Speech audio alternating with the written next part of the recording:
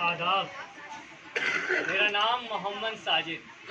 خواتین و حضرات، داستان گوئی کی اس محفل میں آپ سب کا خیر مقدم استقبال ہے۔ پیش خدمت ہے داستان امیر خسرو۔ خسرو، امیر خسرو، کون تھے خسرو؟ خسرو کو یوں یاد، انہوں نے طبلے کو ایجاد کیا، انہوں نے ستار کو ایجاد کیا، قوالی ایجاد کی۔ جس زبان کو آج ہم اردو کہتے ہیں اسے ریختہ کے نام سے ایجاد کیا۔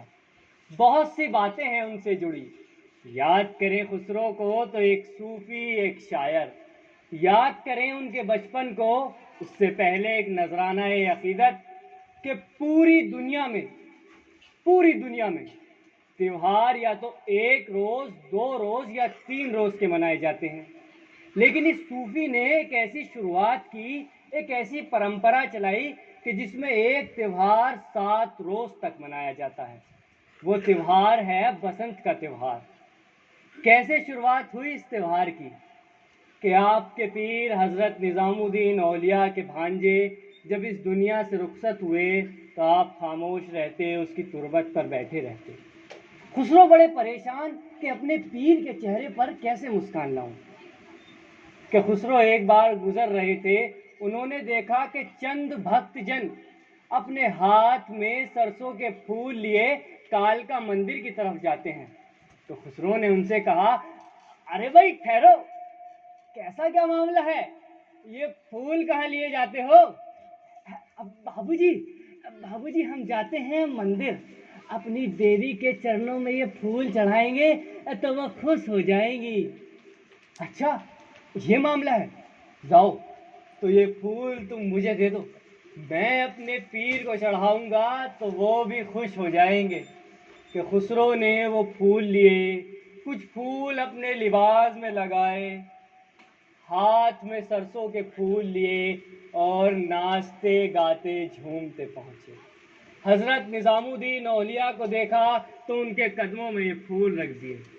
نظام الدین اولیاء نے کہا، بھائی خسرو یہ کیا حال بنایا ہوا ہے؟ سب خیر تو ہے؟ حضور میں نے تو یہ جانا تھا کہ دیوی کے قدموں میں پھول رکھتے ہیں تو وہ خوش ہو جاتی ہے، تو آپ کے لیے پھول لایا ہوں۔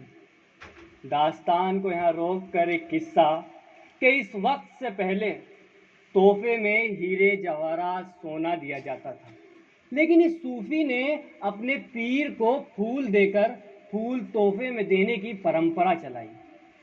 حضرت نظام الدین اولیاء مسکرائے، خسرو کچھ کہو۔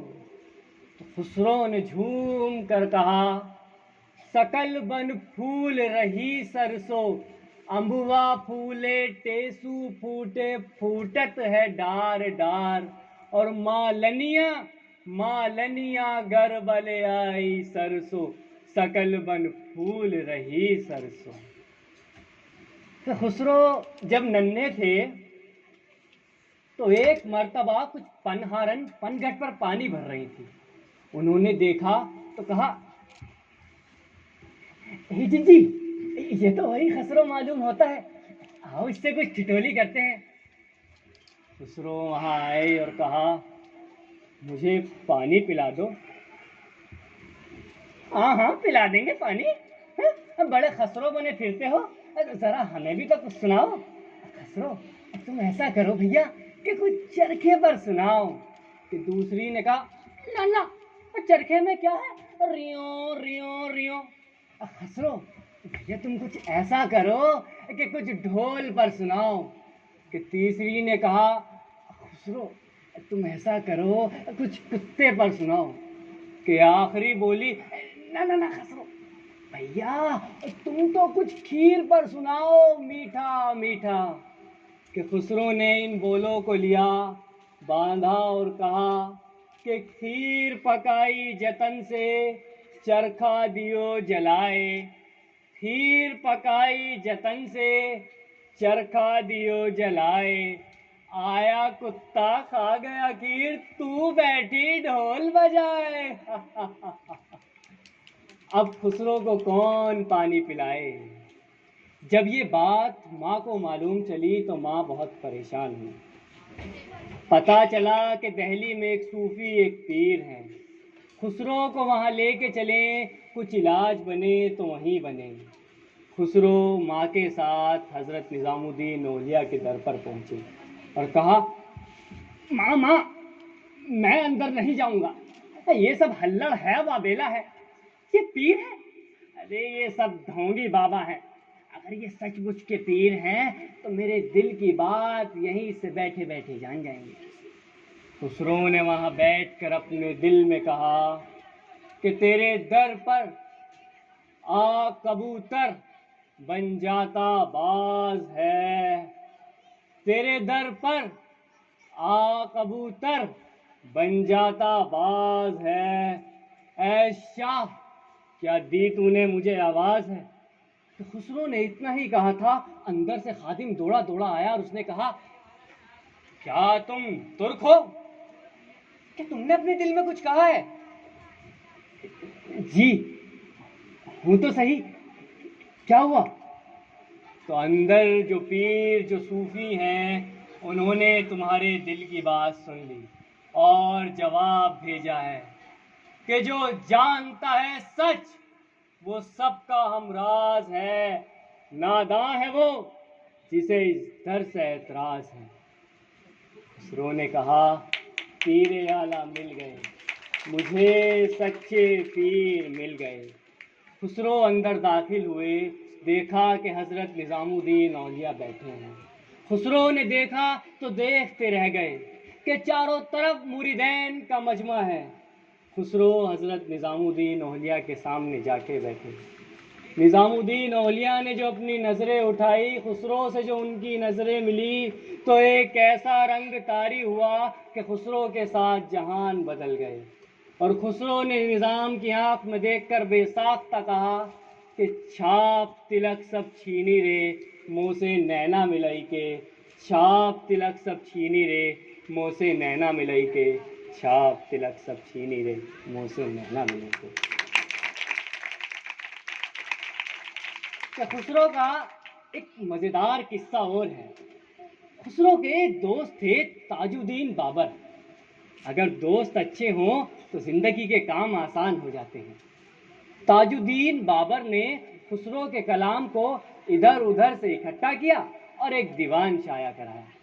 جب یہ بات خسرو کو معلوم چلی تو خسرو نے کہا، یہ تم نے کیا کیا؟ یہ بچپن کی باتیں تھی، اٹکیلیاں تھی، ارے لوگ انہیں پڑھیں گے تو ہنسیں گے۔ تو ان کے دوست نے جو بات کہی وہ آج تک سچ ہے۔ انہوں نے کہا، خسرو دنیا میں دو قسم کے لوگ ہوتے ہیں، ایک بیوقوف اور ایک سمجھدار۔ بیوقوف ہمیشہ تمہارے کام میں خامیاں نکالیں گے، ہمیشہ تمہاری غلطی ڈھونڈیں گے، لیکن سمجھدار تمہاری حوصلہ افزائی کریں گے، تمہاری عمر کا لحاظ کریں گے۔ خسرو تم اس دیوان کو شائع ہونے دو، دیکھو یہ دنیا کیسے تمہاری دیوانی ہوتی ہے۔ جب یہ بات اس دور کے بادشاہ کو پتہ چلی کہ ان کی سلطنت میں ایک ایسا شاعر ہے جو بنا بنا کے باتیں کہتا ہے، تو انہوں نے خسرو کو اپنے دربار میں بلایا اور کہا، خسرو تمہارے پاس خزانہ ہے اور تم جانتے ہو خزانے کو چھپانا جرم ہے۔ حضور میرے پاس کیسا خزانہ؟ میرے پاس تو کوئی خزانہ نہیں ہے۔ خسرو تمہارے سینے میں جو شاعری کا خزانہ ہے وہ ہمارے ہیرے جواہرات سے زیادہ بیش قیمتی ہے۔ خسرو کچھ کہو، کچھ سناؤ۔ اس دور میں دلی کے بادشاہ تھے ملک چھجو۔ تو خسرو نے کہا، حضور رات میرے خیال میں ایک سطر آئی کہ میں نے صبح سے پوچھا تیرا سورج کہاں ہے، لیکن حضور اس سے آگے کا شعر مکمل نہ ہوا۔ اس بات کو سن کر سبھی درباریوں نے جملوں سے جملے جوڑے، الفاظ سے الفاظ جوڑے، لیکن یہ شعر مکمل نہ ہوا۔ اور سبھی درباریوں نے کہا، یہ کیسا شعر ہوا؟ میں نے صبح سے پوچھا تیرا سورج کہاں ہے۔ تو خسرو نے کہا میں نے صبح سے پوچھا تیرا سورج کہاں ہے تو آسمان نے مجھے ملک چھجو کی صورت دکھا دی۔ یہ بات سن کر بادشاہ بہت خوش ہوئے اور انہوں نے خسرو کو کہا کہ خسرو آج سے تم ہمارے درباری شاعر ہو۔ خسرو وہاں درباری شاعر ہوئے، ان کی داستانیں لکھتے، ان کے لیے شاعری کرتے اور سناتے۔ خسرو دریا پریم کا الٹی وا کی دھار، خسرو دریا پریم کا الٹی وا کی دھار، جو اترا سو ڈوب گیا، جو ڈوبا سو پار۔ بہت بہت شکریہ، آداب۔